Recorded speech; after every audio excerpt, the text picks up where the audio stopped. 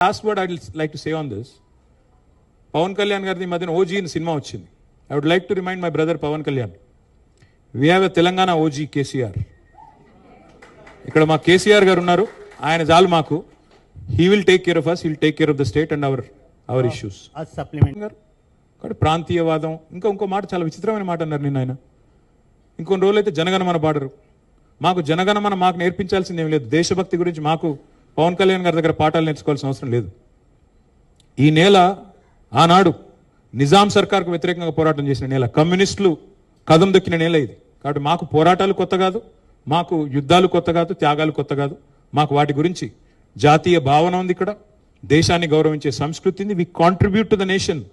We are less than 3% of India, but we contribute to 5% of India's GDP.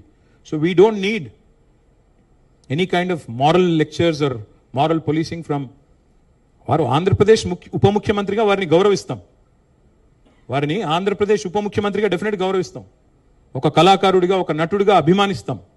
ఒక సోదరుడిగా ఇంటికి వస్తే బిర్యానీ పెడతా, హైదరాబాదీ బిర్యానీ పెడతా. కానీ వచ్చి మా సెక్రటేరియట్లో కూర్చొని పెత్తనం చేస్తాము మా రాజకీయాల్లో. మరి ఇంకా మొన్ననే కదా వేరుపడ్డది. ఇంత కష్టపడి 60 ఏళ్ళు పోరాటం చేసి మొన్న వేరుపడ్డాం 2014లో. మొన్న చంద్రబాబు నాయుడు గారు రానే వచ్చే 2018లో. మళ్ళీ ఇప్పుడు మీరు కూడా వస్తారు 2023లో. That's all I'm saying.